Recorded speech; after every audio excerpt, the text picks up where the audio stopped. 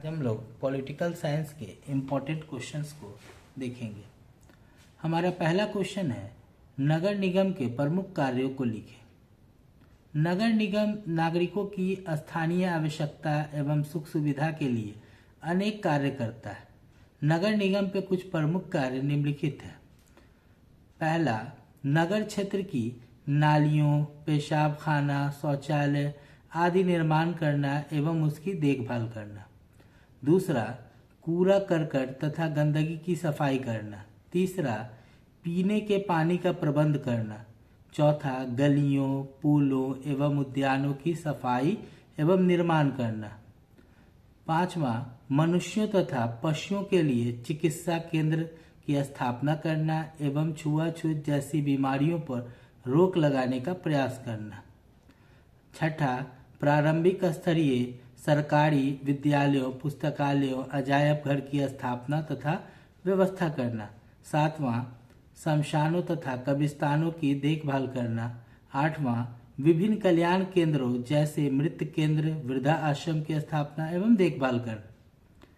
हमारा दूसरा क्वेश्चन है, भारत की संसद में महिलाओं के प्रतिनिधित्व की स्थिति क्या है? भारत की विधायिका में महिलाओं का अनुपात बहुत कम है।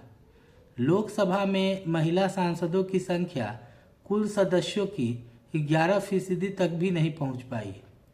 विभिन्न राज्यों के विधानसभाओं में महिलाओं का प्रतिनिधित्व 5% से भी कम है। भारत महिला प्रतिनिधित्व के मामले में अफ्रीका और लातिन अमेरिका के विकासशील देशों से भी पीछे है। भारत के लोकसभा में महिलाओं प्रतिनिधियों की संख्या 59 हो गई। बिहार में ग्राम पंचायत में इसके लिए 50% सीटें आरक्षित कर दी गई। हमारा अगला क्वेश्चन है, गठबंधन की राजनीति लोकतंत्र को कैसे प्रभावित करती है? गठबंधन की राजनीति में कई राजनीतिक दल मिलकर सरकार बनाती है। ऐसे सरकार में शामिल सभी राजनीतिक दलों का नीति एवं उद्देश्य अलग अलग होता है। इन उद्देश्यों और नीतियों को पूरा करने के लिए सभी राजनीतिक दल सरकार पर दबाव बनाती है, जिससे लोकतंत्र प्रभावित होता है। हमारा नेक्स्ट क्वेश्चन है, पंचायती राज क्या है, इसका महत्व क्या है? ग्रामीण स्थानीय शासन के लिए निर्मित व्यवस्था को पंचायती राज व्यवस्था कहते हैं। स्थानीय शासन में जनता की प्रत्यक्ष भागीदारी सुनिश्चित कर स्वशासन की स्थापना इसका लक्ष्य है। इसके 3 स्तर हैं, गांव में ग्राम पंचायत, प्रखंड में पंचायत समिति, जिला में जिला परिषद। इसके महत्व, पहला, यह लोगों को निर्णय लेने में सीधे रूप से भाग लेने में मदद करता है। दूसरा, यह सत्ता के विकेंद्रीकरण में मदद करती है। तीसरा, यह केंद्र सरकार के काम के दबाव को कम करता है।